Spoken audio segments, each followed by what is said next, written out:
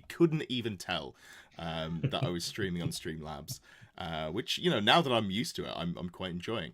We're back. This is a Redux. We're going to be talking about all of the armies in a tier list. Have we done it before? Yeah, well, I have. But that was last year, and things have changed, opinions have changed. New books have come out, so we're going to be reassessing, reevaluating, re-ranking. There's at least one army that's going to go from the very top down to the very bottom. Points if you can guess that in chat. We'll see what that is. I am joined by Pash, King Pash, Pash Monster. What's your preferred version of Pash? It depends who's speaking to me. If it's online, it's usually King Pash, but if it's in person, Pash or Pash is fine. Yeah. I'm going to call you Pash because it feels weird to call another man King.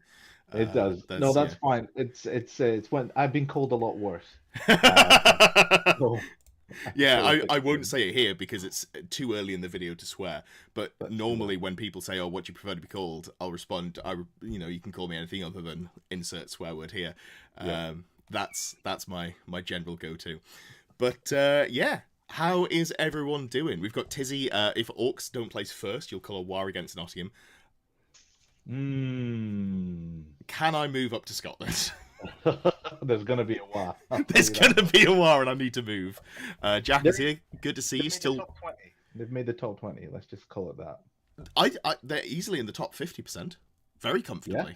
Yeah. Hey, thanks, Callum. It's Pash Dice. It's Pash Dis. Hey, Callum. Or Pash Dis, as the stream TTS wants to say. Yeah. Pash Dice were not on fire this last weekend, unfortunately. That's a shame. I seem to be going through a rough patch of very bad dice, and I thought it was just online, but no, turns out it's the same it's same in person. But I figured out what the solution to bad dice is. You have to change your dice. I don't know if you're as superstitious as I am when it comes to dice. But no, not at all. No? Oh, see, no. I get to a point where I must use the same dice. Yeah. And then if they start performing badly, they get punished and then get swapped out for another set, and hopefully they'll do better. That's how you physically change your luck. That's a top tip. Yeah, perfect. I will turn Pash up. There we go. If there's any volume discrepancy, give me a shout and I will fix that again. At least he's telling me to turn me down or off. No, I had the volume adjusted because Lewis was louder than me last week, so we're going to assume that this is all good.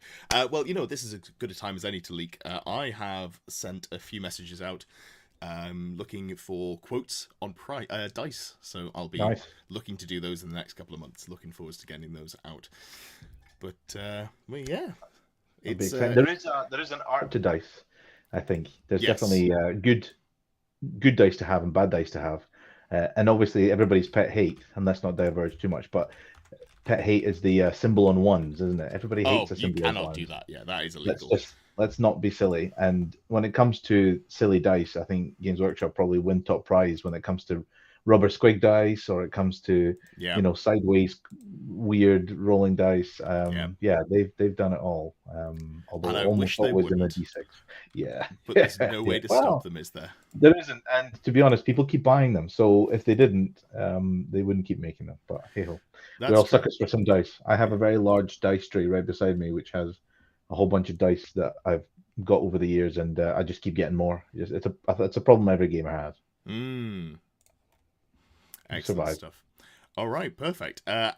Obviously, I am trying to get the Twitch channel off the ground, so if anyone is welcome, willing to multi-stream it, just have it on in the background, or go over there, either or, that would be appreciated. Means I can get partnered sooner rather than later. But yeah, I guess we should just get into it, because you've got a little bit of time restraint. Not a tight one, but we want to not just ramble forever. Exactly. Let's just crack on. Right. What are we talking about today? Well, we're going to rate all the armies. We're going to rate the armies competitively. I'm not going to say how easy they are to play. I guess how easy they are to play probably comes into it a little bit. Not going to say how easy they are to collect or how nice the models are. Maybe that's something to talk about in the future. We've got S tier for the armies that are just objectively the best, and there's probably going to be more than one in there because there's some armies that have got above that line. A tier for just very, very good armies without many flaws, but just some armies are too good and they beat them. B tier is good but flawed. C tier is you can play them and a very good player can do all right or decently with them, but you're gonna hamper yourself. F tier is you better love this fucking army because otherwise you're in for some problems. Normally we'd do these alphabetically, but we're not doing that. What we're going to do is we're going to go in order, alternating, and we'll start off by, one of us will pick. Sure. We'll talk about it. We'll say where we think it will go. The other person can chime in, and then we'll alternate off. So, as the guest, would you like to start, or would you like to? Let's do it. So, when I'm thinking of best army, I'm always thinking of the best competitive list, or the list that is most sort of close to the competitive meta, because you can get weird comp packs, you can get weird scenarios, you can get all sorts of places where one army might do better than another. But if we're talking about purely on average across the comp packs, which is probably no comp, the best army list, what could happen? So somebody's already mentioned it. Let's start with Orcs and Goblins. Well, what I was thinking, if we go left to right at the bottom. Oh, you can't see them. You'll need to open. I can't see the left. Yeah. So the first one I've got there is Beasts of Chaos. Beastmen. Okay, so Beastmen used to be. People thought they were the best. Like go back 12 months ago, Beastmen were the best. Everybody thought they were amazing. I think they've dropped quite a bit since then. I just want to say I've never been on the Beastmen hype. I'm more on board with Beastmen now than I was at the start of the edition, but I think that's just sort of grass is greener as opposed to they're else. Good. They have, you can play them competitively, you can do well. I think you'd struggle to win a 5-round event with them. In fact, I haven't even heard of Beastmen winning an event, so I think 3-2 4-1 maybe is probably as good as you're going to manage with sort of the best Beastmen list, because I think they do fall down against some of the more sort of top tier armies there. So where did I have Beastmen? So I guess yeah, they're not F. They're not the worst. Yeah. Are they B for Beastmen? Let's put them in B. We can shuffle them around. What do you think? B for Beastmen. Yeah, I think that sort of lands where I'd expect them to be. They're definitely not C tier. But I wouldn't put them in A tier. They have some issues. No. You can get around the issues, but they don't have a dragon. So there's going to be very few exceptions for, the good armies that don't have dragons. Yeah. And you have limited ways to deal with dragons as well. Vile Tide's incredible. But yes, of course. What if your opponent is, got 2 dragons? Or 3 dragons, or it's a Chaos Lord and rolls toughness, and then you can't even wound them, or is a Chaos Lord and has magic resist 2, exactly, or is a Chaos, the options keep on rolling there. There's a few issues, but I like them. I think they're good. You can do some fun things by putting a Doom Ball in a big unit with loads of combat res, and then that Doom Ball actually hits surprisingly hard. And very much so. I'm a big fan of the build. I don't know if anyone came up with it first, but Tom Carley's been playing it. It's the giant blade with the gore tusks. So you get to strength. I want to say strength 7, AP 1, armor bane 2, damage 2. So it's a very cheap, slightly worse Ogre blade. Oh yeah, it's solid. You charge in with a dragon, you're like, wait, hold on, I've lost combat. Hurt. This sucks. It's gonna hurt. Yeah. But then they lack those models to be able to pin down that unit. So that block is scary. Yes, it can TMP all over the shop, but how are you? Yeah, you can throw Pumbagores into people, but how are you going to actually pin down a Chaos Lord dragon if he doesn't want to engage? And I think that's where they lack that ability to pin units down and be able to bring in the force. So I think for that they're going to be somewhere in the middle of the road. Yeah, I agree. B is a fantastic place to put them to start off. B for Beastmen. Which takes us to Warriors of Chaos. Now, Warriors of Chaos are not a B tier army. They have they've got a lot going for them. They've got the best aggressive dragon in the game. I've been preaching for months about how, when the 500 points cap comes in, it still hasn't been here. I was expecting it. I was expecting it before LGT in September. So it's when is it? Everybody's expecting it, but nobody's seen it.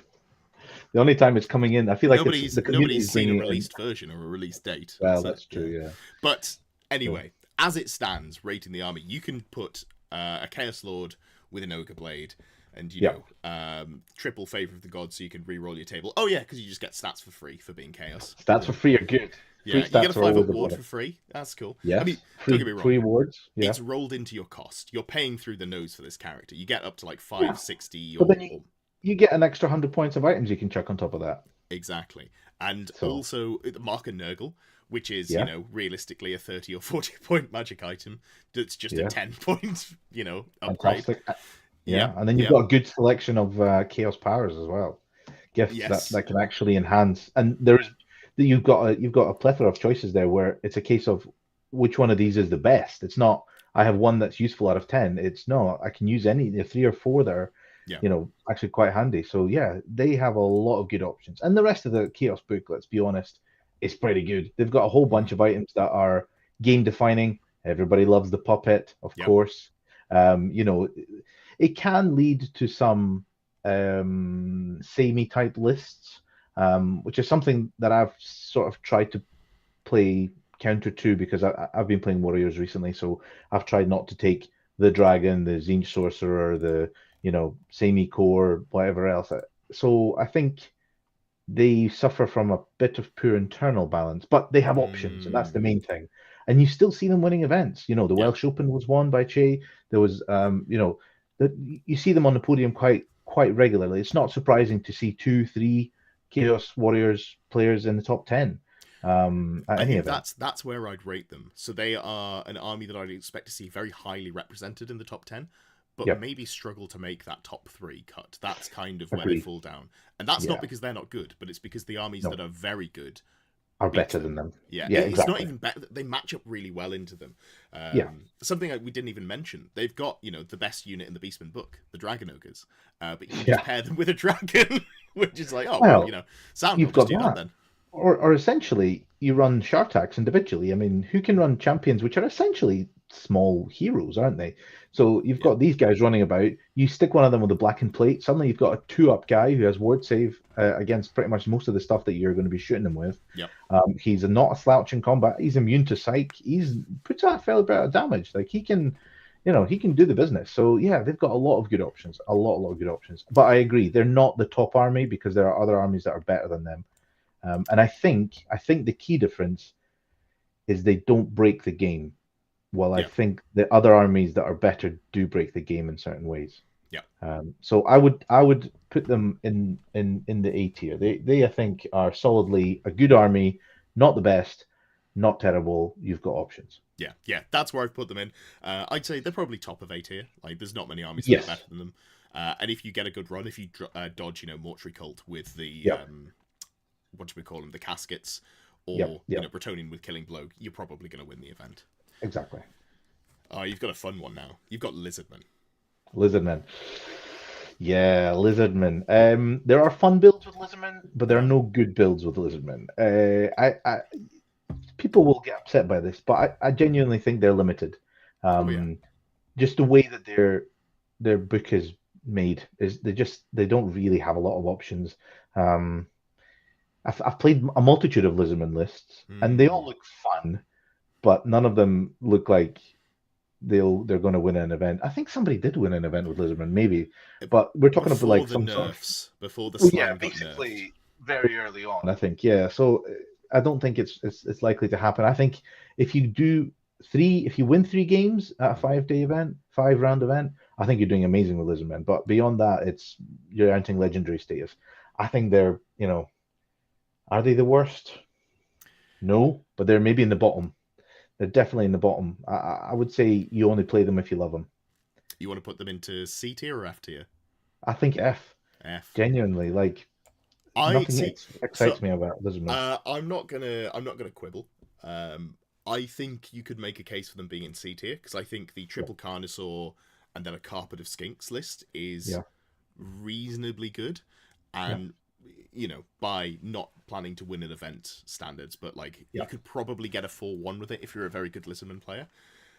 But you've got to dodge all the difficult matchups. You have to get lucky in the matchups, you have to play well, and you have to get lucky in the game. So it's a lot of things that need to fall into place for you to do above average. Let's be honest. Like it's, I think you're I think they're going to struggle. You're playing with one hand behind your back if you've got this army. Yes, I agree.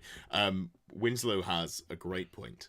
It says, if Lizardmen aren't F, what is? And that's fair. We've got to rank it within the constraints of the tier list. And also, I just want to shout out to Tanker Andy P, who is actively chatting in Twitch chat. The only person who is. I appreciate you. And I can see your comments, but I have to keep it open in another tab. I'll fix that for next time. But yeah, and the only bonus that Lizardmen have is obviously, as Edward Moores mentioned there, is the new Slan models that they pre-released this week that we saw a couple of days ago.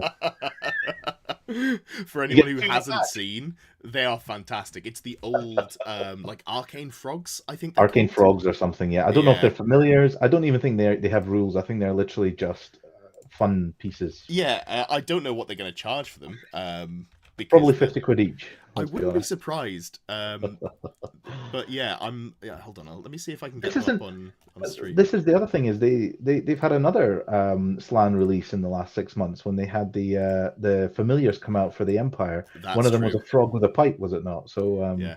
You've got options. You know, they're a modeler's army. If you love the army, you've definitely got. There you go. That's them.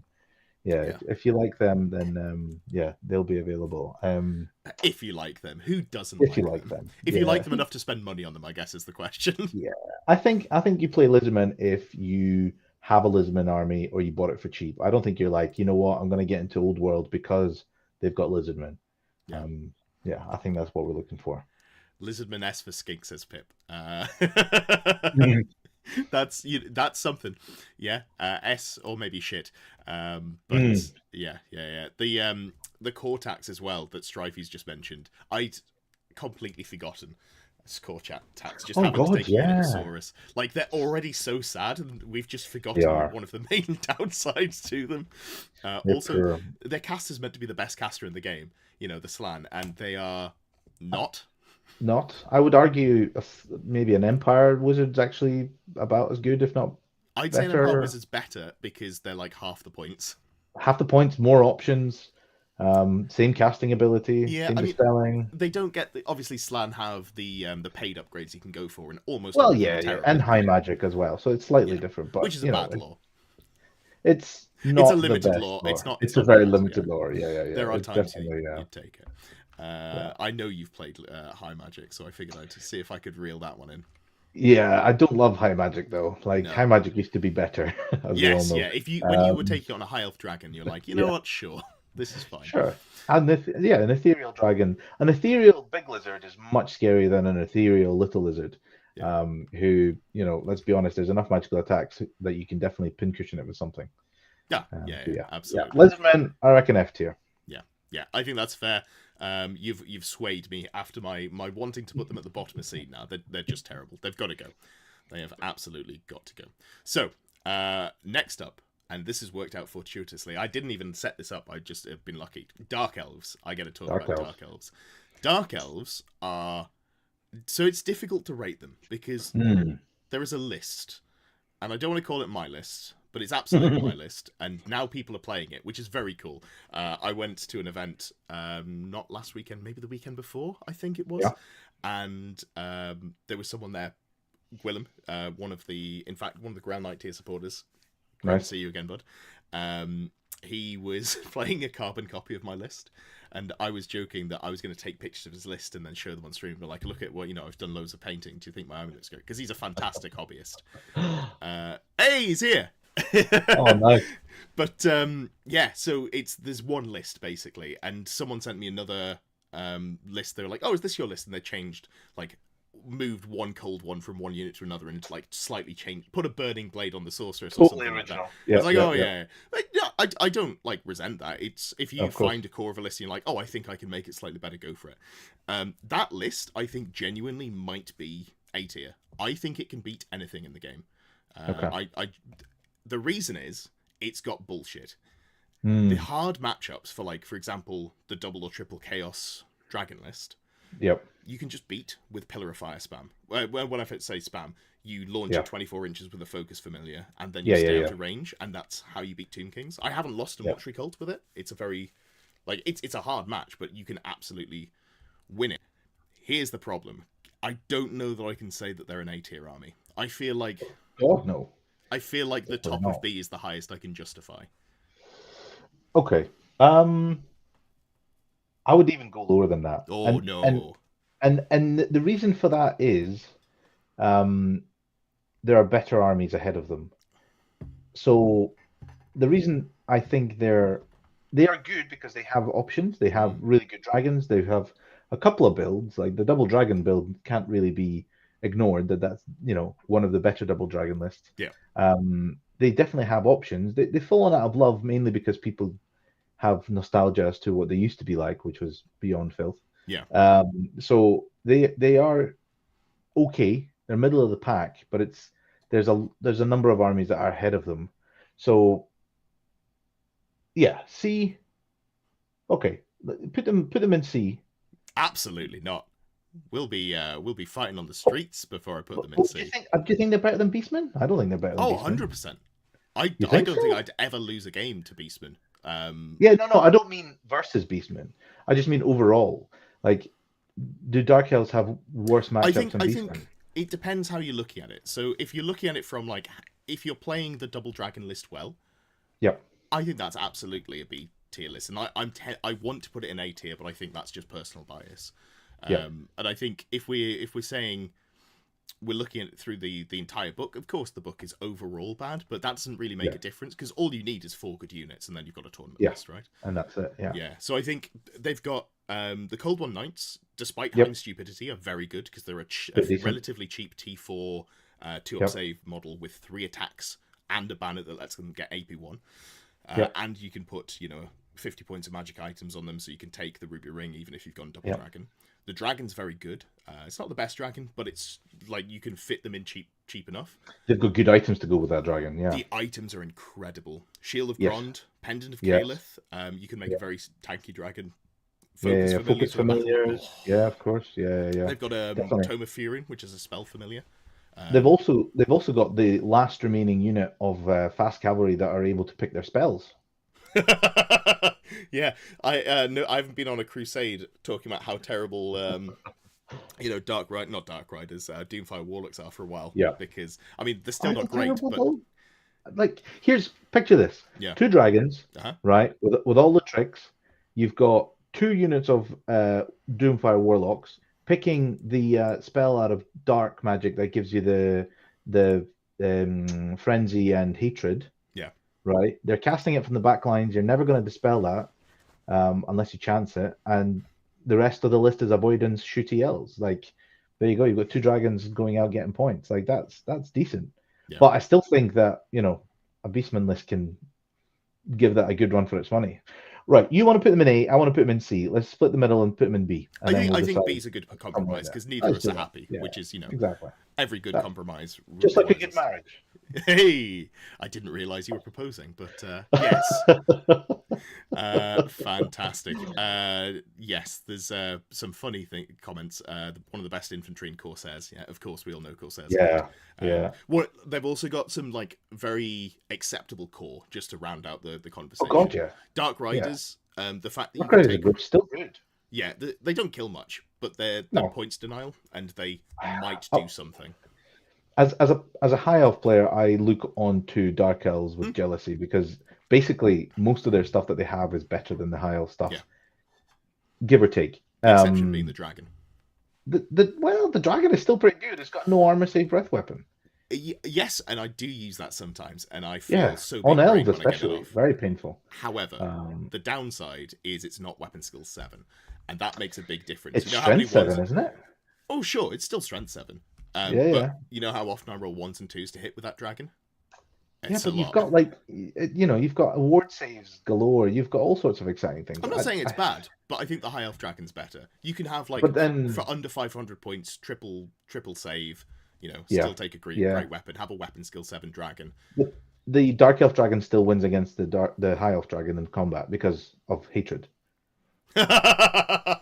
So that's funny. Does it? I don't think that applies to the dragon though, does it? So it's just. I think it's just the Lord that has it.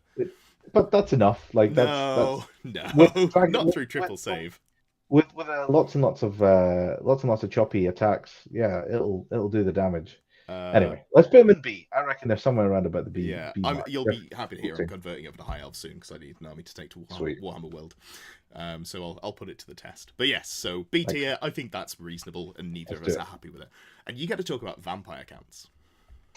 Vampire counts. Now, I have a slightly PTSD sort of experience because I've just got humped by vampire counts at the weekend.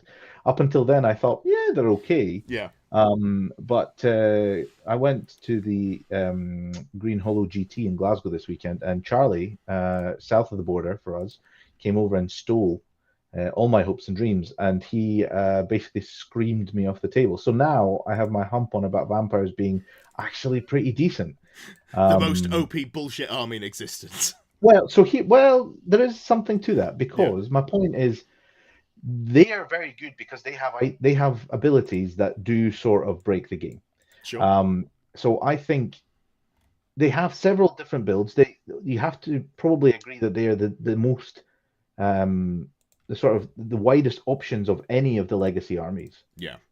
There's not just one build. There's multiple builds that do well, that can do well, and they sort of still keep floating around the sort of top 10 or top 5 if somebody's a really good decent player that's been mainlining them for a while. So I would say, because they have some game breaking bullshit, I'd be tempted to put them into S tier.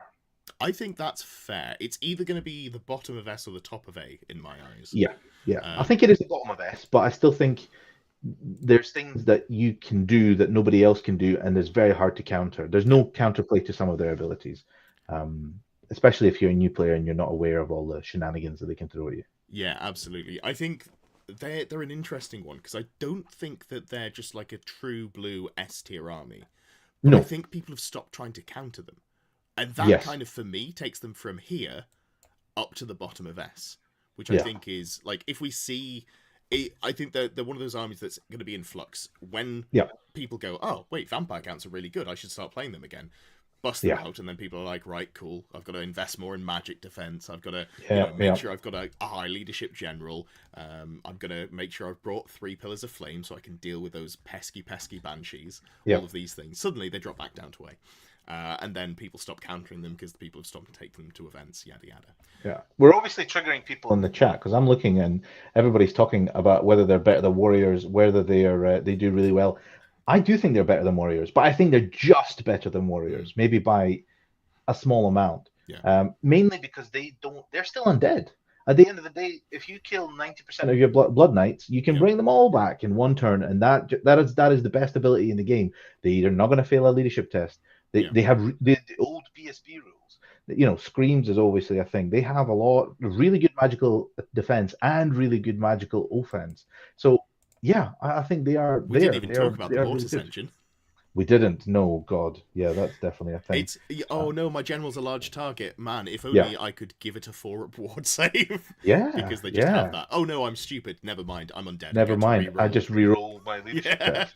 And, if I take a level 4 and a level 2, which you can very comfortably do with still, like, extra stuff in there, you've got the ability to have cast at +6. Or +4 on your level 2, because that's a reasonable thing to do. And they can take what they have. The other thing which it really bugs me is they have a character that they can take that activates a really good unit in core that is not their general, which other armies have to take that as a general choice. So the White Lord or the White King, if you take that, you get Graveguard.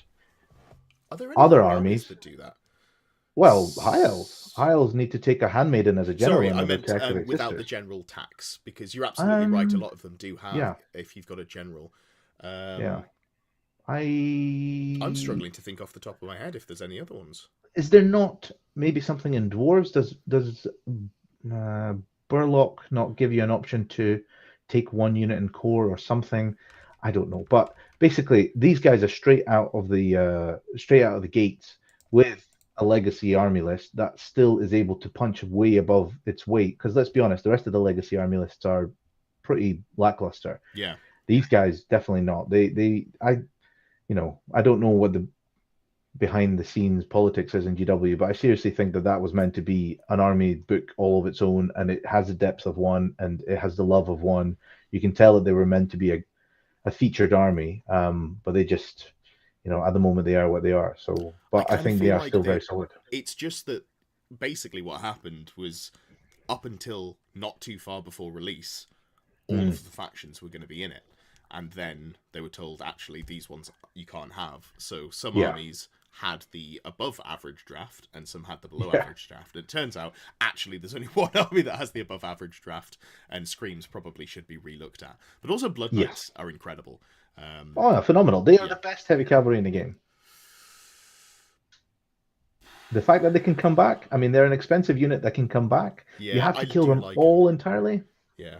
I'm still kind of on the boat of maybe it's Orc Boar Boys because they're so cheap. Okay, I know you love Orc Boar Yeah, Boys. yeah, Everybody yeah. knows you love Orc Boar Boys. You've done countless episodes about your love for the big green boys. Yeah. But They got big okay, pigs.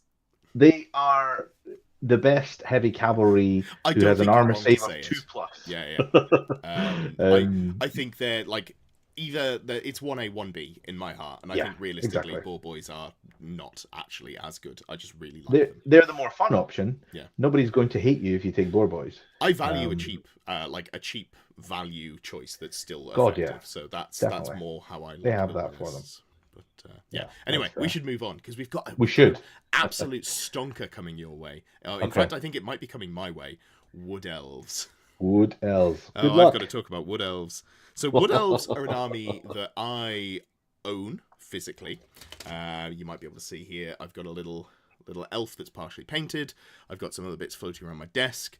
A couple of Wednesday streams, I was building a wood. Funny story about that. When I was at the event a couple of weekends ago, Rob, as in square-based Honest Wargamer Rob, was introduced to the concept of the L-shaped wood and meltdown's the wrong word because he wasn't raging about it, but he was just like, people are doing this shit, which was did he have an aneurysm? Did hilarious. Yeah. And it was funny. He came back after about an hour or so after thinking about it a bit more, and he says, "So here's the funny thing: people keep saying to me." It's technically legal, which is not a great way to sort of argue your corner for whether something should be allowed, which is super fair. I said I made him a trade offer. I was like, look, I offer you ban the L-shaped wood. In return, you ban the Green Knight, and I don't need to take the L-shaped wood. He didn't take me up on it, but yeah. Anyway, Wood Elves, they were one of the least fun armies to play against, and I genuinely think every edition. Not now. I genuinely think if I had taken them to events from the point where I got to where I felt like I was a decent old world player, I probably could have racked up probably 4 or 5 event wins. They were good. They were solid. They had I a really good genuinely army think list. if you play Wood Elves perfectly, there is not a counter to them. With the old list. With the old list and all the time in the world. Sure. Because let's be honest, you need that to move them to the perfect position and etc. Yeah, I mean, it depends. Like that comes with reps as well, though, right? Yeah, of course. I think because I've played a lot of skirmish bullshit, which is my jam. So I think I could play them to like, let's say 90% effectiveness at a pretty decent speed, and that means sometimes I did get caught out, but they had tools to dig themselves out of it. They did. So outside of like getting ruined by dice, it was almost like what could you do against this army? But they were so dull that I stopped playing them. I played them for one tournament online. I was like, I'm not going to bother painting these. This is miserable. Yeah. Anyway, now they're dead. Just as well. Now you can put them back under the bed. Yeah. Because they're not going to come out for a little while. Not until the Arcane Journal, anyway. Yeah, I mean, so the whole obviously Sister of the Thorn got nerfed. Now they can't generate. They can't choose their spells, so you can't do the 5 Pillar of Fire spam list, which is good because it's awful to play against. Turns out there's not really anything else in the book that works. The best I've seen was a double dragon list, which I thought was quite cute and did pretty reasonably well. Double dragon, double tree men, lots of points denial, no magic defense, but just go for that sort of Bretonnian style. I played against it with my double dragon list, and I didn't get charged at all by the dragons because funny that. Yeah, that's the problem. I think it works really well at the sort of like bottom and mid tables, and then you play against at the higher level and against someone who's got mobility, and you go, I just don't get to play the game. Basically, somebody who can take care of your very, very weak elves and connect with the expensive stuff, and suddenly you're losing the game 14-6, 15-5, you're losing the game, basically. I killed everything else apart from the dragons, and that's enough. Yeah, because they can't connect. The FAQs really slapped them in the face. And I think it's really hampered their effectiveness. So I think they're going to. They're probably the ones that have lost the most from the last tier list. I think I'm tempted to put them in below Lizardmen. Honestly, I genuinely think they might be worse than Lizardmen. Do you want to argue the case? Okay, I don't think they're as bad as Lizardmen. Okay. and I don't think they're going to be as bad as Lizardmen, because let's be honest, Lizardmen Oh, are not going to get better. so that's the thing. I wish that the journals between High Elf and Wood Elves were swapped, Yeah, because as soon as they get new rules, I'm going to be yeah. super hyped. I want to play Oh, Forest you will be. Spirits. Yeah, Yeah, exactly. They'll have options. yeah, I think you can win more games with Wood Elves than you can with Lizardmen in a 5 game event. I think that's fair. Um, yeah, I don't think you're. There are armies that are worse than Lizardmen, but they are not Wood Elves. Yeah. Um, I think it's definitely an overreaction to put them in F tier, but it was funny. So what do you reckon? I think C is probably fair for them. C. Yeah. Yeah, somewhere in and around C. We'll see how they pan out with the rest of them. They're not going to go higher than that. Yeah, they're somewhere in C. C for, you scrape a pass. C for sure. Yeah. It's funny. I guess they're an army. Someone said if you can take dragons, you can't go lower than B. I genuinely think that you can, because that dragon is so fragile outside of melee. In melee, it's great, but you can only take expensive or conditional or mediocre ward saves, no regen. Yeah. Despite High Elves having a regen that is extremely common, which has come from the Wood Elves, still bitter. They need it. Well, they stole the last seed of Rebirth, and now it's back on Ulthuan. So, it's bullshit. Fuck them. It's bullshit. Anyway, yeah, but we can move on from there. And let's do it. It's your turn to talk about Chaos Dwarves. Chaos Dwarves. Now, Chaos Dwarves is another legacy army that I think is actually pretty solid. Probably, they've done well. And one of the reasons is, and they keep getting more Arcane Journal buffs because their sub-faction, the Orcs and Goblins, keep getting more releases. So basically, that's one that will continue living and continue improving as, more Arcane Journals come out. So I think they are definitely not a bad army. They have some solid builds. They have some weaknesses too, but they have some scary builds where you go up against and you go, what do I do about that? They play the game in a different axis to most melee armies, which is interesting. Yeah, definitely. And they can have a big scary flying monster guy. Or two. Yeah. Oh, yeah, that's true. Yeah, Lamassu as well. And then obviously they can have a steam tank type. They can basically just pick and choose. They can pick and choose the best of any army. They're sort of a hodgepodge list. And at the end, they're still solid toughness 4 dudes with decent defense. So I'd put them somewhere in the middle of the road. Where would I put them? I'd probably put them in bottom of B, maybe. Yeah. Somewhere around about B. I think, and you're probably not going to like this one because you've defended Beastmen already. I think they're better than Beastmen. I think they've got more play to them because they've got the flying monster. Obviously, it's kind of conditional. You can take the Black Orc. You can take the Demonology caster on the Bull Taurus. They did have a build where you could go double Taurus and go for the double -1 to hit aura, but that has been now patched out of the game, which is good because that was stupid.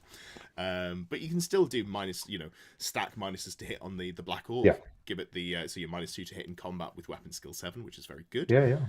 Nice. And you've still got ranged firepower. You've got some pretty magical artillery. Yeah. Magical attacks. Good stuff. Are you willing to put them above Beastmen? Yeah, I have no love for Beastmen. I don't mind shifting them down a peg or two. And these guys, like you say, they have access to better stuff from another army book. So yeah, they're going to be, I think, better at the moment in this exact point in time. Of course, yeah. Yeah. So one final note, and I know we're not comparing them head to head, but also one of the armies Beastmen really don't want to see because you probably put Mantle of Stone on the Taurus, which means you're T7, which means you're not going to get Vile Tided. Yeah, it's which good, is isn't just it? very funny. Perfect. Right then. Well, we've gone from the mid to the good. Bretonnia. I mean, the poster boys of the Old World First Edition. They're going to be good. Like, top tip: if you ever want a really good army list, just pick whatever comes in the starter box because it's going to be good. I don't know if I agree with that. In this case, this time round, it's definitely true. Okay, well, in this case, it is pretty good. Like they're going to make them certainly playable. They're not going to make them terrible. And in this case, I think Bretonnian are one of the top 2 armies in the game. Yeah, I think because they basically, I think It almost feels like they wrote a different level of army book, and then they toned everybody else down, and they just forgot to do Bretonnian, or they thought, you know what, they're like a poster boy sort of army. Let's just not tone them down. Yeah. I mean, they genuinely made items better from their previous iteration. Things like the Falcon Horn, that used to be a one use only item, and now it's like, no, we'll just delete that one use only bit. What's the worst that could happen? What about flying peg knights that can reach 19 inches, 360 degrees? I don't think that'll be a problem at all. Let's stick that in. Why not? They don't need a big scary beast. No, we just give them a guy who has heroic killing blow, or for example, he's got big choppy blades and hatred. Like, they have so many good builds. So many, and this is before we get to the fucking Green Knight. Like, that's the funny thing is, Green Knight obviously an axis of bullshit on its own. Doesn't make it into any of the Bretonnian lists I've got it right. Because you're just like, I've got so many good options. And when you're saying that, you're like, oh, there's a real problem here. Yeah. And then on top of that, you go, all right, well, that's just Bretonnian on their own. What if we think about the exiles? Oh, okay. Suddenly I can have the best cannons in the game. Why not? Yep. Let's just have all the toys. There's a finite amount of fun in the game, and Bretonnians have 99% of it. So this is definitely the Bretonnian edition. This specific version. I cannot wait to see them back down into the pits of the peasantry where they belong. But at the moment, they are definitely S tier. They are up there as one of the top 2 armies, and they only lose out, I think, to the top army. So yeah, I'd sling them right up there, right in the top. Yeah, not disagreeing. They've been an S tier since you started your rant. I was meant to be the one talking about them, but you were no, not a problem at all. It was much more fun to listen to you just get that off your chest. I hope it was therapeutic. I feel better. That's good. That's good. Sometimes we need that when we're talking about Bretonnia. Here's one question: do you think Exiles or Grand Armies better? Because I'm moving back towards Grand Army. Yeah, I think a lot of people are, but Bombards, they're good. I mean, Bombards are good. Yeah, like you can have. I think Exiles are better by a small percentage, like 5%, if that. Yeah. And the reason for that is they can still have the ward save. Mm-hmm. They can go first and still have the ward save. They still have all the bullshit that the original Bretonnians have, really, let's be honest. Plus more bullshit, plus artillery, plus a selection of really good items.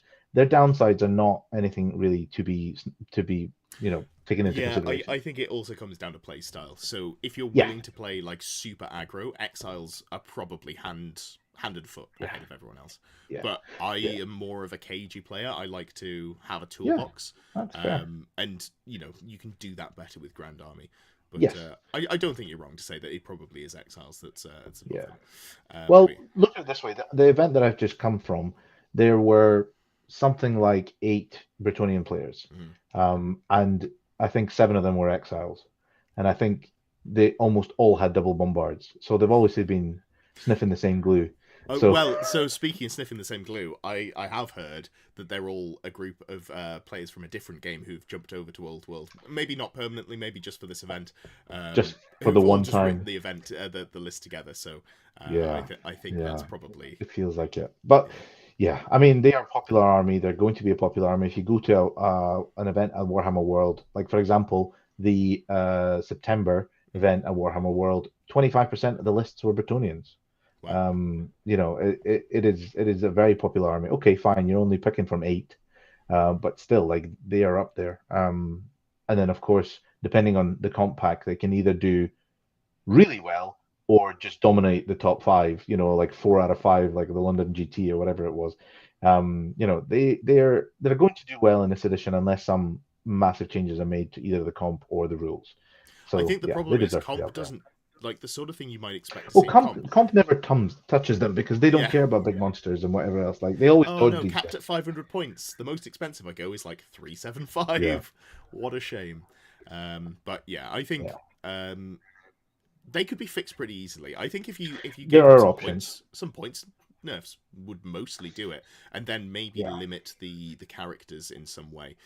I think there's a few keywords you could add or take away from certain units, or certain items, like maybe one use only, or take away skirmish from certain flying chickens.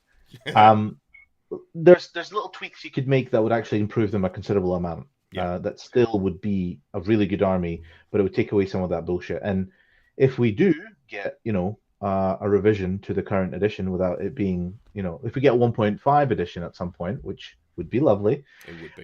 If we do get that, it would be nice to see something like that, them being paid attention to, because at the moment they're definitely above the curve. Yeah. Yeah. Provided you know how to play. Well, that's the other thing I was going to say. If you had given a list, I think the skill floor is quite high for Bretonnians, as in you'll do okay as long as you know the basics. I think it's very similar to Warriors of Chaos as well. It's kind of harder to do bad with a good Warriors of Chaos list. Whereas a good list will carry you a long way. Yeah. Well, for some armies more than others. Yes. Not elves, basically. Anything. Yeah, basically. Yeah.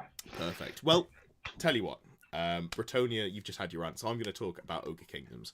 I'd love Ogre Kingdoms to be good. I had an Ogre army, it must be probably about 16, 17 years ago. I like the models. They're obviously a bit dated now, but they're fun. I like them. I thought they were going to be really good when I saw the edition, and I was like, oh, there's no, once you kill the front rank, you lose attacks. So in my world, where I hadn't realized that dragons were going to be the number one, I was like, monstrous infantry are going to be OP, and they've got impact hits, man. I better get my my ogre army started. And then I played around with them online, and I was like, huh. Guess they're not that great. Yeah, a couple of problems. Yeah. Like the entire book. They're just not good. I mean, just to put it out there, C tier straight away. Okay. I won't argue with you on ogres, because I have got the least amount of experience with ogres in any of the old world armies. Now, brilliant. I think I have seen somebody bring an ogre army. There was one at the weekend just past, although he didn't finish all his games. I think probably because he just went home to cry about how terrible his book is. I have seen ogres pop up. I have never seen them do better than, one or two games that they win. And that just shows me they are just struggling. Yeah. Really struggling. I think they have some, again, interesting things you can play around with, but it's not an army that I would pay to put together, because it's not something that has longevity. That's the thing for me. There are some armies that we'll get to a little bit later on, which are bad armies with things that are inherently broken in the book. And if you write them just about the inherently broken things, you've got like a playable army. Ogres just don't break the game in any way.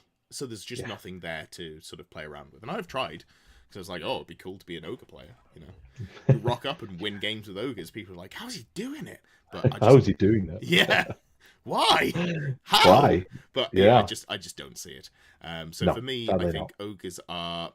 Here's the thing. I think you could put them on the table, and if you don't hit the good armies, you've got some play, because you are inherently a chunk of wounds that hits reasonably hard. So like your skill floor is like relatively high. The problem is you just can't deal with the things that are good in the game. So basically, what you need is, if you take the top 50% of the armies, the good armies, away, and you have just a shit list of stuff. So basically, then they do better than you lose your first two games. You're gonna probably win the next three games. Yeah, because you're suddenly facing people who are half drunk, who are come here for the fun. Yeah, and you can smash those guys, but you're gonna struggle. I totally agree. I think they're down there. Unfortunately, they're just not doing very well. Although you've put them above Wood Elves, which is interesting. I don't have a strong opinion on that. Do you think the Wood Elves are better? Yes. Because at the end of the day, Wood Elves can just not engage and still win a game. Ogres have to do something. Like they have to come to you, and when they come to you, they die. But what if you put all of your points into 3 tanky units, and then the Wood Elves just don't have enough damage mathematically to kill a single unit? Then they have a draw, like they draw that game and they win. But what if the Slaughtermaster has a Ruby Ring of Ruin? Then they win the game because they've killed everything. Has evasive. Yeah, well, that's true. As soon as they connect, things will die. But I don't think you're wrong. And obviously we're not rating them against each other. But anyway, let's go from being sad to being reasonably happy, because I think Empire of Man are at the very least a fun army. What do you reckon on Empire?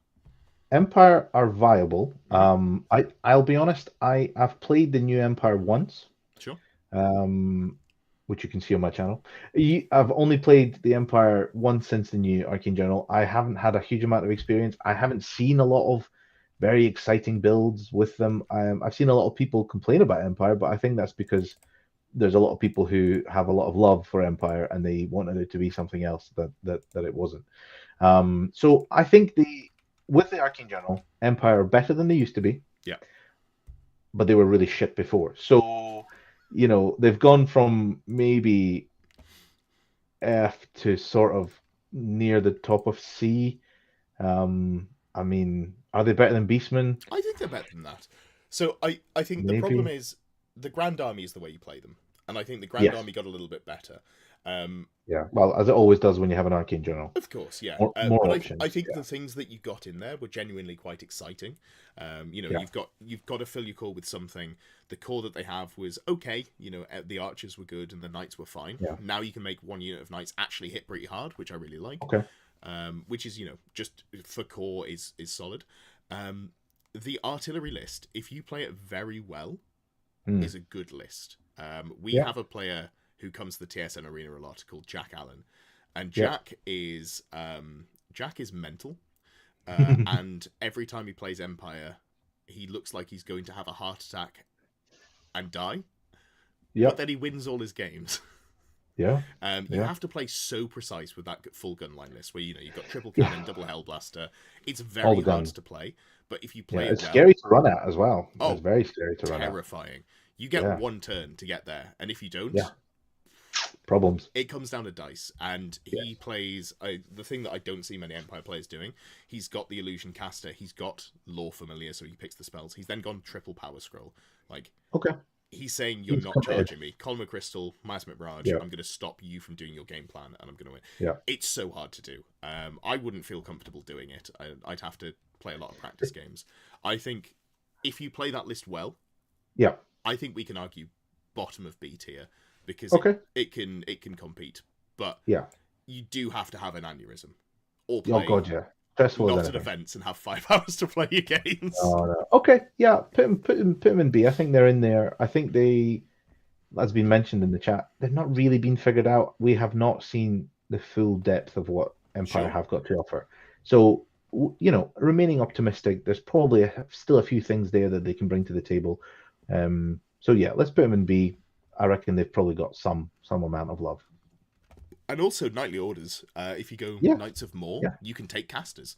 So there's probably something there that makes you go, oh, you know what? Sure, let's give it a go. Yeah, definitely. Oh, this has worked out perfectly. You get to talk about your High Elves. Yes, just before the Arcane Journal goes live. Yes. Just before. We haven't even seen any leaks, which I'm very disappointed by. We haven't, I'm very surprised, given that pre-orders go up this weekend. It's in the back channels. I haven't seen it, but it's in the back channels. It's there. It's there's people getting excited for Hyle. So peace to all my Ulthuan dudes. Hyles are good fun. Hyles are a funny army because they feel like they should be one of the poster boys of the edition, but I have a sneaky suspicion that the design studio don't really love High Elves because they don't give them all the big juicy rules. They give them a good selection, enough to keep the High Elf people sort of busy, but not enough to make them do really well. However, you still see High Elves players winning events from time to time. Sure. If they have a good run of armies, if they have a good bit of luck, they can do really well. And I've played a number of events with High Elves, and you can get 4-1 wins if you play them well.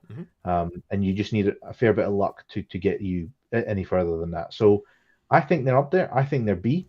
Maybe are they better than B? Well, we've got Dark Elves at the top of B, so can you justify putting them above Dark Elves? They are better than Dark Elves. Good. They are better than Dark Elves. They have more options, and they will have more options in days' time. So I think at the moment, I think they're that's fine. Let's go with that. Yeah. They can compete. They can do top 5 at a big event. They're not the better than the other armies above that. Yeah, I love that you can genuinely run multiple different setups in the character slot because that's all you really care about. Obviously, you can run monsters in rare. I'm not in love with the monsters they have, but you've got to spend your points on something, so it's fine. Monsters in rare. If you just want to take some more T6, you can absolutely do it. You can, yeah. Which is fine if you're like stacking T6 in your character slot as well. If you like walking 2 inches at a turn, against the Bretonnians, you just got to get lucky with the armies, right? Yes. Well, this is the thing is like that. So I took Kyle's to the Warhammer World GT back in September, and despite 25% of the field being Bretonnians, I managed to dodge all the Bretonnians apart from one, and the one that I did have didn't have Falconhorn, so that was the best run that I could think of, and I managed to get 4-1 on that event, so that was the dream run almost. It's not bad. And I think they have. If you have to play them very precisely, you have to play them very well. They are very stressful to play, very much like the Empire, where you have to do things in a specific way. And if one of these things doesn't quite roll an average, or something maybe doesn't quite go your way, you will just unfortunately collapse and lose. But they have options. They are viable. They have their characters are phenomenal. Well, their characters have some phenomenal options. They have arguably the best dragon in the game in some ways. Although I would argue that they have a lot of good options, and they will only get better. So yeah, I think put them in bottom of A, roundabout there. Let's see how they look like in 3, 4, 5 months time. Yeah, and I just love an elf with a great weapon, like an elf lord with a great weapon. It's just so good. Weapon skill 6, weapon skill 7, initiative 6. Strength 6. It almost makes you forget that they're toughness 3 and 5 up armor save. But they're not, because they're always on a dragon. That's good. That's true, yeah. We're going to take a very brief detour for 2 things. First of all, there are still some tickets left for the Saffron Slam, which is coming up on the 22nd, 23rd of February. This is pretty much your last chance to get the tickets. The link is in the description. If you want to come to an event in Saffron Walden, I will be there. I will be playing something. I haven't decided what. It would be lovely to see you. Tickets in the description. And also, I am obviously joined by Pash, who has his own YouTube channel. I would recommend that you click the link either in the title or the description. Go join, follow his channel. Is there anything you want to specifically plug while we're taking this strategically planned post-High Elf plug section? So at the moment, most of my channel is specific videos about just tournaments that I've played, mostly online, some live stream stuff. It's all very new. I am planning to do some more content specifically around High Elves, because High Elves are my first love in Warhammer. So if you like High Elves, if you're interested in competitive Warhammer and what sort of lists you see in the sort of top brackets of these sort of events, follow, look up Pash Hammer, and you'll find some decent content there. The funny thing is I think much like yourself, you always look at the stats of who's watching and how many people and all the rest, and you can tell that there's a very very typecast sort of audience that watches these sort of things, who are all in our chat here now. So more of the same would be good. Yeah, definitely appreciate it. Fantastic. All right, and we'll plug you again at the end. But I wanted to get that in after High Elves, because that's when most people are going to be watching. That's when people switch off. Yeah, absolutely. But we can't switch off, because we have what I think is objectively, and this is the objectively correct tier list, this is the objectively most fun army across the board. They have so many different ways to play. If you were only able to play one army, I would recommend that it's Orcs and Goblins, because you can play multiple genuinely good armies within the Orcs and Goblins book. And you've taken High Elf, so I get a wax lyrical about my love for Orcs and Goblins. Orcs and Goblins do not have dragons, but they have wyverns, which is a cheap way to get your character up to T6, and then has a fly move with Swift Stride. This is obviously incredible. For 350 points, or 352, whatever it is, it might even be 341 actually, now I think about it. You've got a Black Orc who has a 3-up armor save in combat, a 2-up save, you go again shooting. You've got a 5-up armor save and a 5-up regen as well. And you've got a great weapon with Strength 7, you get an extra pip of AP on the charge, you get to reroll 1s to wound on the charge. It's just an absolutely incredible unit. It isn't a dragon, but you're paying for a budget dragon, you get a budget dragon. You get great stuff. You've got a caster that if you're joined to a unit of Orcs and Orcs, you get +1 to cast with battle magic. That's just good. Very fluffy. You get the cheapest casters. You get uncapped number of casters. You get 4 laws that you can pick from, one of which is elementalism. You can do the teleporting poison brick of goblins. You can do it with night goblins who have fanatics. You've got fanatics.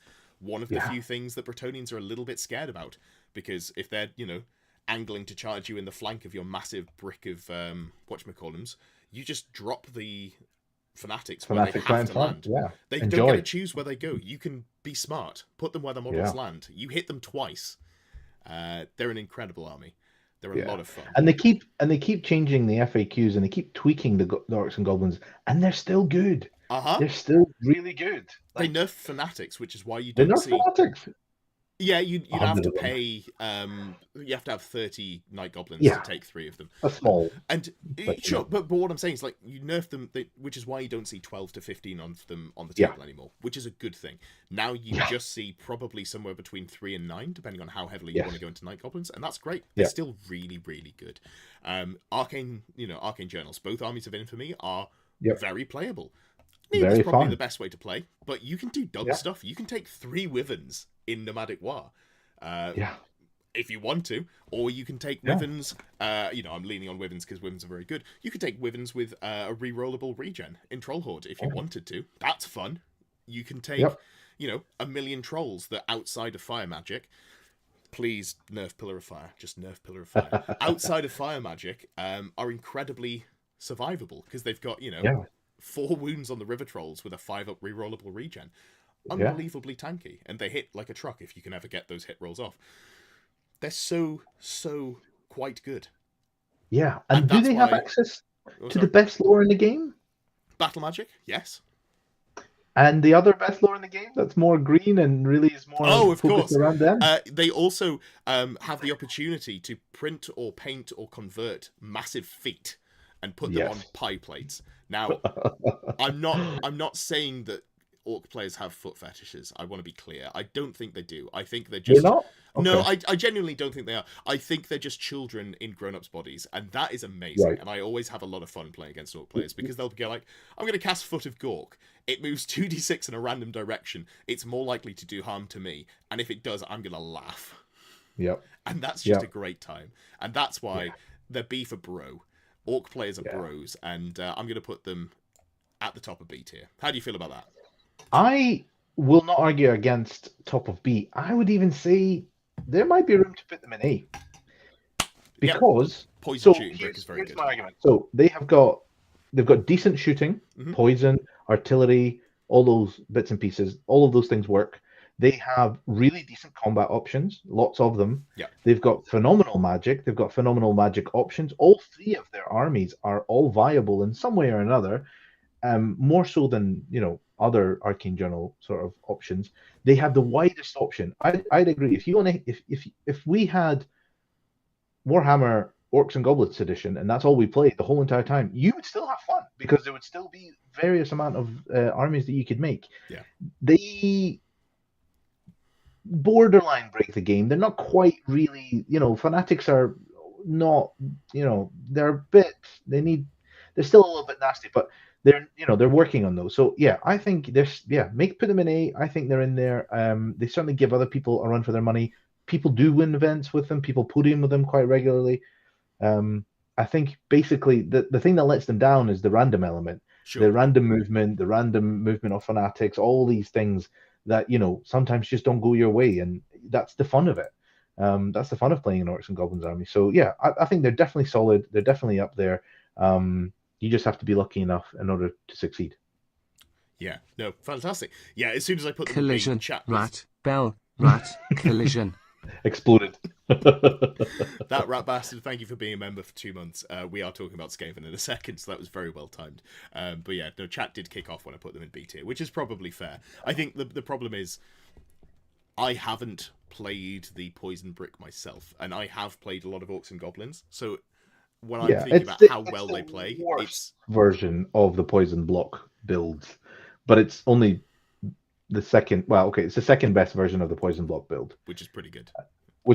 Still pretty good. Yeah. We've had some people say that they're better than High Elves. How do you feel about that? I actually think because the amount of versatility they have, definitely worse than Warriors though. I would say that too. So I think they are better than High Elves because if something goes wrong, you still have a decent set of stats. You have cheap infantry, cheap models that you You just need to stick in the game long enough for luck to turn back into your direction, Sure. and that can happen with Orcs and Goblins. Like one Mangler Squig can just Yep. decimate a flank. Like it really can turn. The fanatics While get a High Elves, 12-inch accidental just into go the back through of their a whole dragon. yeah, they go through. I've had a Star Dragon that's gone down to a bunch of fanatics in one go. Like it really can go that problem. High Elves will not recover from a bad encounter like that. So I think, definitely, I think they're better than High Elves. I don't think they're better than Warriors. I think they're bang on there. I didn't get to Doom Divers and Itchy Nuisance, but both of those things are really good.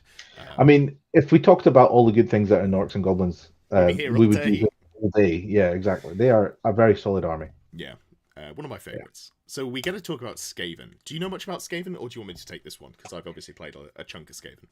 I have limited experience about Skaven. I have played against them, and from my previous experience in 8th edition, I had PTSD of, oh my god, my Star Dragon's going to get brass orbed off the board. Yep. But actually, I found them to be toothless rats. They basically have some toys, but nowhere near the level that they were before. So sure. I'm happy for you to put them anywhere you want them to go, including the sewer. Excellent. S for sewer. So Skaven are not a bad army. No, they're not a terrible army. They are a bad army. But when we were talking about ogres and about how there isn't anything inherently broken in them, in Skaven there is. Gutter runners are bullshit. They are unreasonable. They've got poison shooting, and then basically everything that's good in the Skaven book is the Grey Seers. And you just go. There are 3 different ways you can put the Grey Seers in with Storm Vermin, Plague Monks, or Gutter Runners, and you can do a Death Star of any of them. And any of those builds are genuinely quite okay. I don't want to say they're B tier because they are so hindered. You've got to take 2 units of bloody clan rats in core. You're capped. You have to take specific characters to unlock all of the good stuff, but not Gutter Runners for some reason. You don't have to take Assassins to run those, which is great because they are my favorites. But if I'm placing them genuinely, I think I'd put them into C tier. I could make an argument for them to be better than Wood Elves, but I don't know that I will, because Wood Elves you can just run Double Dragon, which is, as a floor is fine. You have to work for every win you get with Skaven, whereas Wood Elves, sometimes you're just like, oh, Double Dragon, that's probably going to beat Dwarves, for example. Okay. As long as they don't shoot you to death. So I think I don't have any arguments about that. I all experiences I have against Skaven, I always felt they're just lackluster. They're a bit too expensive. They have too many restrictions. They hobbled them a little bit. And unfortunately, without some major changes to how GW are planning to do all these legacy armies, I don't really see a bright future for them at the moment in Old World. Not in the next 12, 18, 36 months. Yeah, I've seen people be like, oh, but I can't believe that they wouldn't be, played. Of course we're going to have them. I can't see them coming anytime soon. They're the poster rats of the new edition for Age of Sigmar. Well, exactly. I mean, the event of the weekend also had AOS beside us, and I saw people playing Skaven and all these mad models that they've got there. They all look great, but they all look very, very AOS-like. So, like, that's a thematic that they've chosen. They've got a place there. They're definitely going to be selling models. They don't really need to put them into another version of, a mainline game. Or, I don't. Unfortunately, if you're a Skaven player, pick another army. Maybe pick another army. Unless you have fun playing them and you're not too bothered about winning, or you comp between your friends. That's super reasonable. If you're having fun in the Orc and Goblin only edition of Warhammer that we'll get in X amount of years' time, having Skaven in there as another option might not be a bad option. But they'd still be not great, but they'd be a lot less. They'll be the second best army, and they'll be the second best army instead. That's true. Well, maybe after Trolls and Nomadic War. Okay, fine. There's 4 Orc armies. There's not much you can really do to save Skaven as they are at the moment, unfortunately. Sorry, folks. No. Cool. Dwarves. Tell me about dwarves. So up until recently, I thought dwarves are a bit shit. Okay. Okay. I know there's a lot of people who love dwarves. Everybody loves a little short, hairy, stunty guy. Yeah. But I thought they were the most boring army in Warhammer. And again, that's probably just a hangover from 8th edition, because it was, let's put all my stuff in the corner and cannon things and get a 10-10. Yeah. It was a drinking man's army, you know. However, we know people who have been, you know, hot and heavy for stunties and short wee hairy men. And we know a few people specifically. And they've been making them work. And having faced some more dwarves recently, played fairly well with a decent army list, I think they've got bite. I think they've got options. Yeah. I think they're definitely in there, but they do struggle. They're just innate slowness, even with all the pony carts and all the triple marching that you can do. They're still going to struggle. If you don't want to engage with dwarves, you can quite happily just avoid them the whole entire game. Okay, fine, they're going to be shooting you, but you know, you dance around the edges, you dance around the scary units, you kill 100 points worth of stuff, and in a win and loss draw system, you're done. You move on to the next game.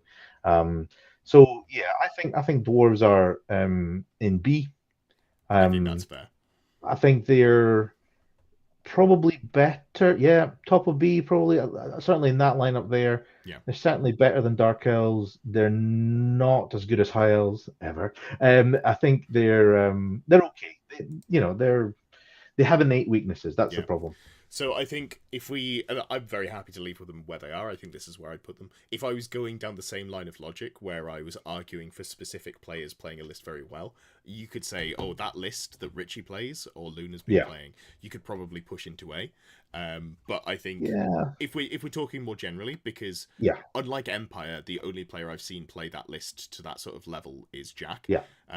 With dwarves, I've seen people pick up Richie's lists and do okay with it. So I think I faced Richie's list literally last week in the Owl event, and I was like, oh, this is fine. This is dwarves. This is going to be a walkover, especially in my first round when I faced dwarves and did a walkover. But no, I bounced off them and they destroyed me, and I was like, wow, okay, you need to respect these guys. But then, you know, the next step is, okay, rather than engage them, I just dance around them and get enough points to win and move on with my life. Yes, good players will make slightly worse armies play well if they play 100 games with them. Sure. But overall, are they going to be that great? No, I don't think so. I think they're bang in the middle. They're not a bad army because they have some good defensive stats. They have some options. They're not a good army because they have some weaknesses. They're right there in the middle. B for beard. Beard and beers.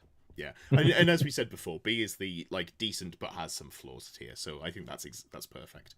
And out of the flawed armies, they're probably the best of them. My opponent, who was in, who graciously destroyed all my hopes and dreams for doing well at the Owl event, is actually in the chat right now. Runeforged Wargaming. Well, he by his own admission is a new player, relatively new player. And yet he was able to take a top tier list and do really well with it. Nice. It just shows you that they don't that if a list is built well and an army has good stats, then just the floor of them is not particularly low. You can do quite well. You can do quite well with them. But I wish you luck in your next games, buddy, because I think you'll face some tougher lists. Once they come up against the scarier stuff, I think they're going to struggle. Excellent stuff. All right. Tomb Kings. Tomb Kings are terrible, right? We all know Tomb Kings are an well, remember, Tomb Kings were terrible. Tomb Kings were the worst army in 8th edition. They were something Bretonnians. Along with Bretonnians. Nobody took Tomb Kings. People, you were laughed at if you took Tomb Kings. If you brought them to an event, people thought, oh, that's nice. He's a hobbyist. But now things have changed. Things have changed a lot. Yeah, nobody looks at Tomb Kings and go, oh, that's nice. Nobody ever looks at Tomb Kings and goes, yes, great, I'm facing Tomb Kings. Yeah, so they're definitely up here. You alluded to them being the best army of the game. I think they're the best army. I haven't played enough Bretonnians haven't played as Bretonnia enough to know how I feel about that. But I think 1A, 1B, They're absolutely up there. Yeah. But this is another one where we're talking, Exiles and Grand Army. We're talking Yep. Mortuary Cult and Grand Army. Although Royal Yep. Court, Royal Host, Royal Court, whatever it's called. Royal Host, yeah. Yeah, that does have Royal some... Blob, yeah. Yeah, I'm pleased that hasn't sort of bled into the general player base. Yet. People are still furiously painting. It doesn't take that long. I know there's like 100 odd skeletons, but... Yeah, 100, 180, yeah. I think the better version of the list was the 120, 130. Yes, it was, yeah. And you could knock that out in a weekend. Just a couple of rattle cans, some contrast, a dry brushing, boom, done. I actually don't think it's as good as we thought it was initially. I was pretty concerned that it was going to be unbeatable in skilled player hands, and I don't think it is. I think it's just a good list with it is a good limitations. List. It is a good list. But do you think Grand Army is better than Mortuary Cult? Because I'm leaning again back towards Grand Army. Yeah, So here's another thing. Tomb Kings have good lists and options in all three of versions of their army. Yeah. Grand Army is very good. Yeah. Mortuary Cult, I think, is probably the best. Royal Host has options that are game breaking. All three of those you can see win an event. All three of those you can probably see in the top 10 of an event at the same time. So the reason I think Tomb Kings are the best army is they have a really good collection of rules. Some that have been, it feels like they've been omitted a few.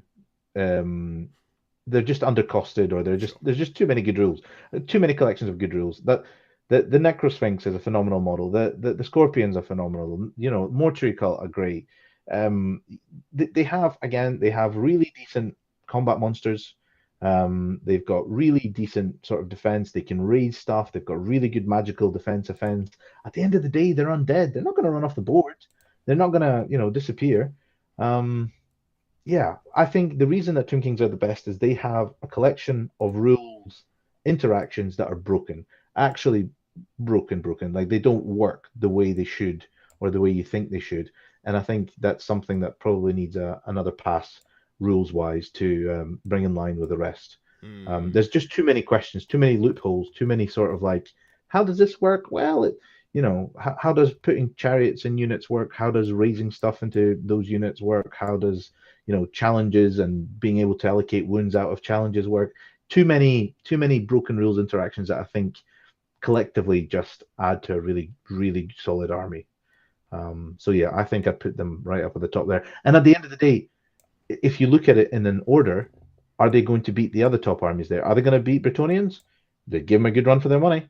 They're in 100 games, who's going to win more, Bretonnians or Tomb Kings? I'd have to give it to the Tomb Kings. I think I'd give it to Bretonnians, but just because I think Tomb Kings are harder to play. I think if we take perfect players at the playing 100 games, you're probably right, Tomb Kings, but I think Bretonnians are so much easier to play and are more the play patterns are way more obvious for Bretonnian, which means that it's easier to win even if you're not experienced in a matchup, which is something that you'll see more 40k or AOS, for example. You'll have people who've played 200 games with their army and they will know every matchup inside out. You don't really get that for Old World, so you're playing with a general vibe more, which means something like Bretonnia is stronger because it's more obvious what you need to do in a game. If you have perfect information, perfect play, Tomb Kings are probably harder to beat, which is also interesting that you think Mortuary Cult is better, and I thought you might, and it's because we play diametrically opposed armies. I like to dance around and never interact if I don't have to. And those lists kind of make short work of Mortuary Cult if you play it well. Whereas you just go, oh, I've got a dragon. Not anymore. Oh dear. I guess I like the I like the aggressive lists that have some interaction. Maybe not the fully aggressive, but certainly one that has a play piece or two that can go in there and get points. Sure. And for that, Mortuary Cult are quite a scary prospect. Grand Army are I'd almost put them neck and neck. They're still a very solid build. They have some players that excel in those lists. So they have really good options. So Like if Mortuary Cult are better, they're maybe by like 2 or 3%. Like it's really minor. I could even say they're probably about the same. Royal Host is probably worse than those two, but again by like less than 5%. Like you're talking just they don't really have bad options. Mm. Having said that, I mean they have options in the book that are not good, but it's only because there's other options that are beyond good. They're just better than everything else. So yeah, I think Tomb Kings, they just have to be up there with a good collection of rules, good points, good everything really. So and a lot of different options that you can do with them. Yeah. If you look at some of the models in there, you're just like, wait, hold on. Why is a Tomb Scorpion 70 points? Why has Yeah, a Necrosphinx got so many rules? Why has it got 195. Yeah, it's yeah ridiculous. D3 plus 2 stomps? That's a rule that we haven't seen anywhere else in the game because it's way too consistent. Exactly. It's on average better than D6, Yeah, and its floor and is better than D6. not even that. Like they have everybody else, for the most part, has to use the monsters have to use one of their attacks for a slightly shitter version of their normal attack. They Yeah. get an additional attack on top of their attacks on their stat line, which is better than their original attacks. Yep. By all means. Like so that's what shows you that they are the favorite in this edition. Like they are overtuned a little bit. They've given them sort of buffs Remember over other when, armies. for a hot minute, you could just use the cannonball attacks that they call their tail for all of their Could attacks? you could you Technically, though? yes. You technically could. Technically, Um, technically, you could argue a lot of things. I it think was clarified. it was definitely something that people read in an interesting way. Yeah. And those of us who have been in the hobby a little bit longer looked over quite skeptically. But we're still in the pioneering stage of this edition. We're still very much in the beginning. There's going to be people will find loopholes, things that need to be tightened up, things that need to be clarified, and that you have to remember that the way the game is now is Yeah. not the way the game will be in 2 years' time. It'll be a much better version. It'll have better balance. If you think the way the game is now, it's only going to get better from here. Oh That's the yeah. thing. And So I think so it's we, still pretty decent. yeah, I think it's phenomenal. I Yeah. like as a first pass, as a first, Has there you ever know, been an edition that came out and was so good in the first no, year?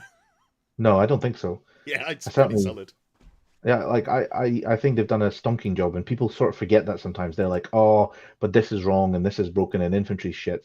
Okay, but look at it overall. Like it is fun as it is, and the difference between these, top and bottom armies isn't humongous. Yeah. Like you could play Lizardmen versus Tomb Kings and do okay, and you could win games. Like that, it is possible.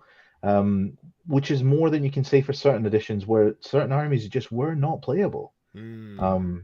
So I think the balance is much better, but we're getting ahead of ourselves a little bit. We haven't quite finished the list. Have we got anything in the bottom of the barrel that's left to talk about? I don't know that we do. Can you say anything sort of like rotting down there? Something manky and disgusting at the bottom of the Oh, bottom. that's not Nurgle's gift. That's the win rate of Chaos Demons. Oh dear, Disgusting. disgusting. Yeah. Poor demons. Poor I demons. actually don't think they're the Maybe worst army. God no, I don't think they're the worst, but I do think that they've fallen probably the most from previous versions. Like I think they they're they one of the used to most dull. be amazing. Yeah. You're so They limited. just The stuff in there that's kind of good is yeah actually kind of good. yeah And then everything else is terrible. yeah. It sort of feels like they um genuinely wanted to not make them good. They were like, we better not make these guys too good because they're a legacy army. We don't really want them in this edition, so we'll just make them playable, but not so much that you'd actually want to play them. Mm, Yeah. yes, that sounds about right to me. But yeah, no, that is fair. I think for me, they're probably just below Wood Elves in C tier. Okay. Yeah, Uh, I would agree with that. Yep, that makes yeah, sense to me. they're super fine. Yeah. The Corn Furies are Yes. legitimately really solid. They've got Yeah. Fury's Bloodthirst is Charge. quite cool.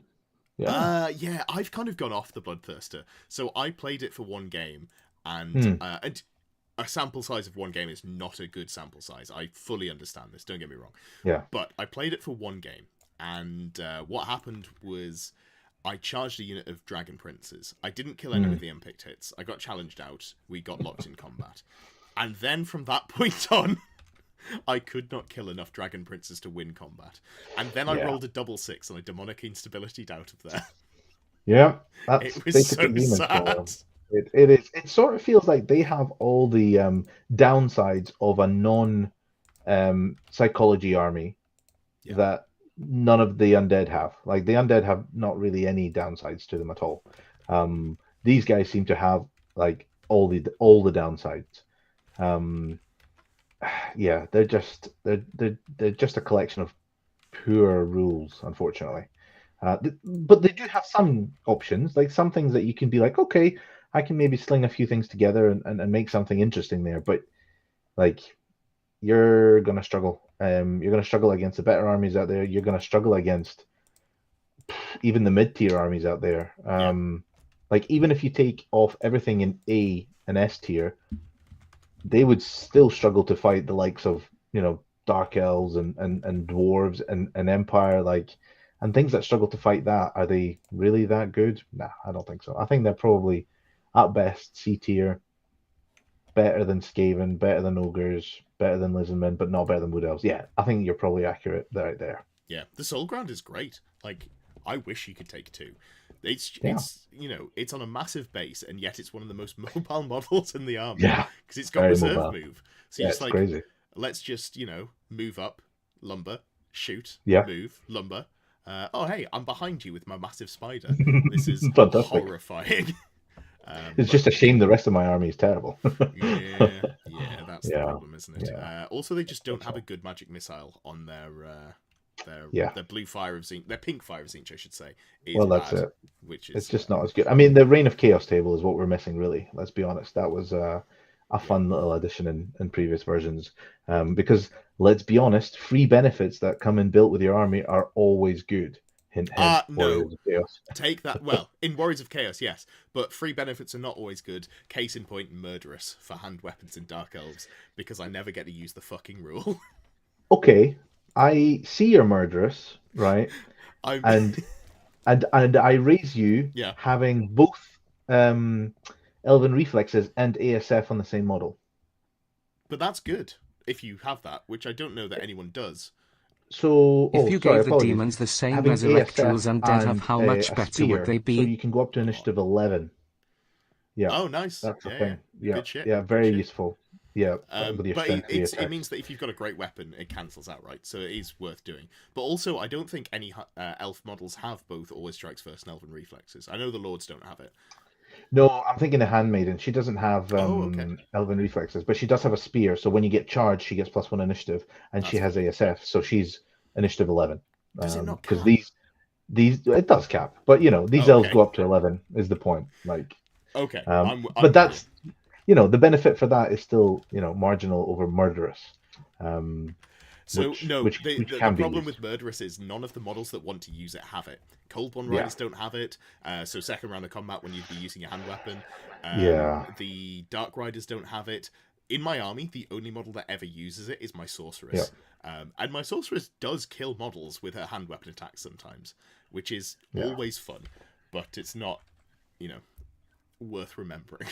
No, definitely not. We have a question from the audience by the looks of it. Oh, yeah. If you gave demons the same resurrect rules undead had, how much better would they be? They'd be a whole lot better. They'd be leaps ahead. Yeah. If you could just bring them back, you'd take bricks of plague. I was going to say plague monks. What are they called? Plague bearers. You'd just take bricks of those and just be like, here's 500 points in one unit.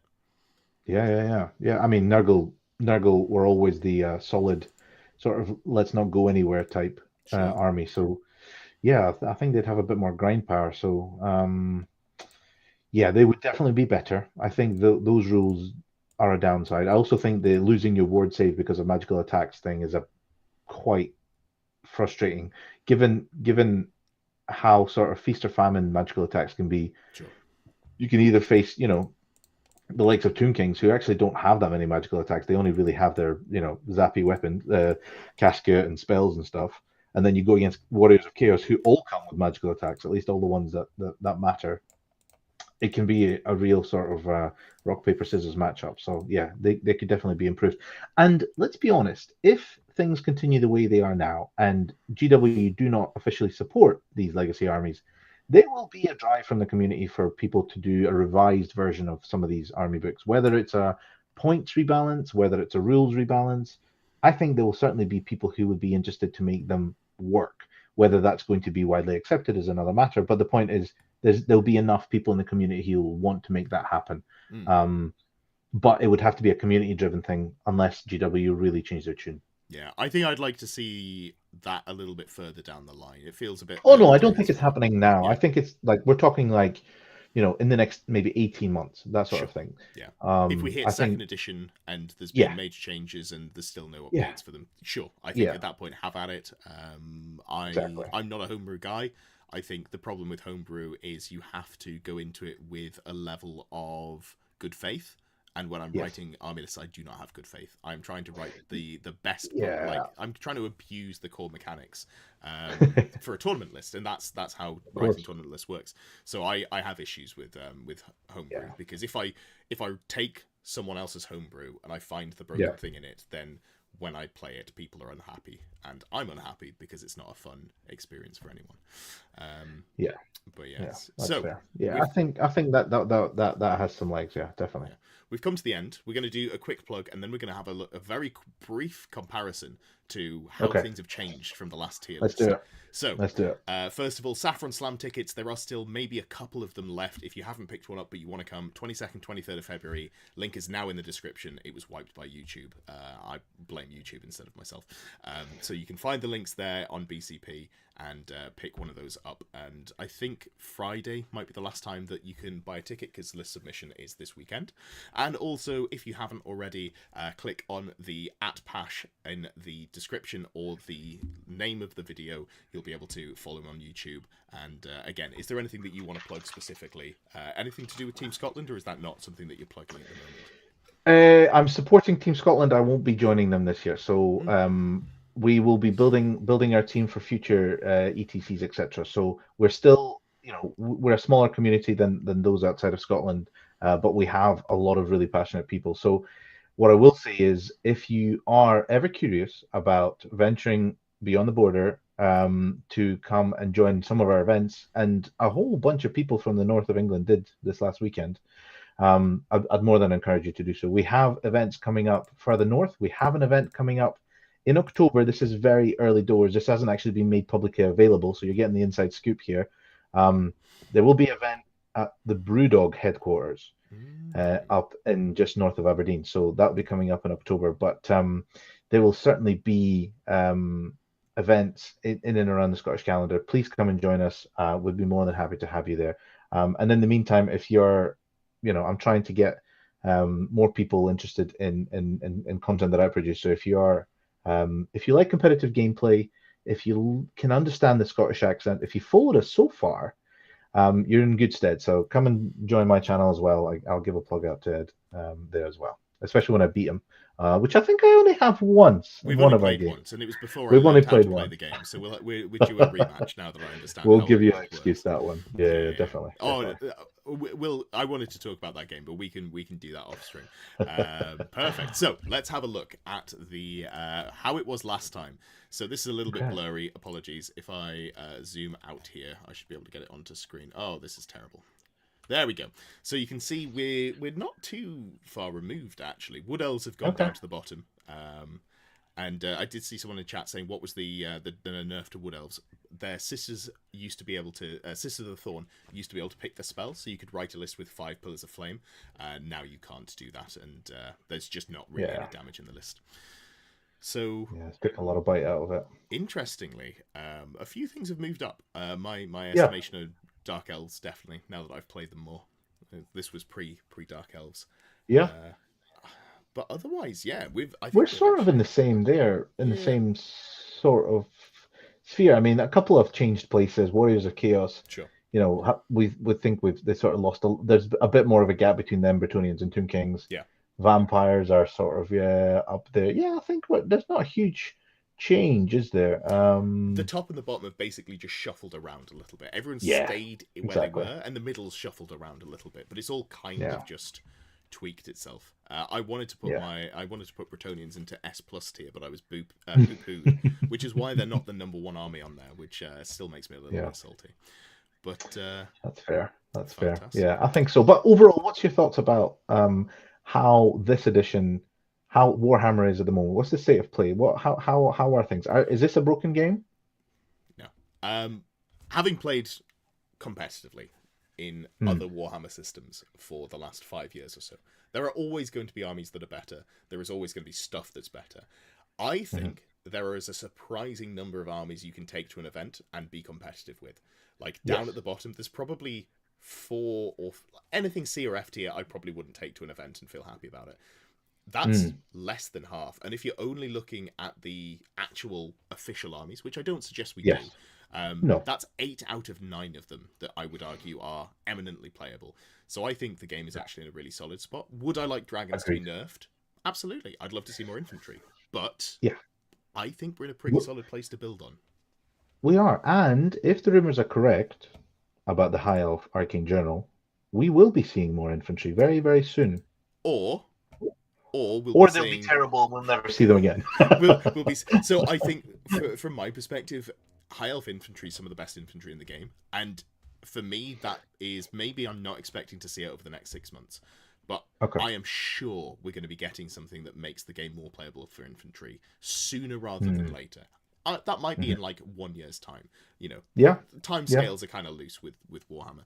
But we're surely going to see something that's really good for infantry. And at that point, High Elves become disgusting because their infantry, have a look at it, it's not okay.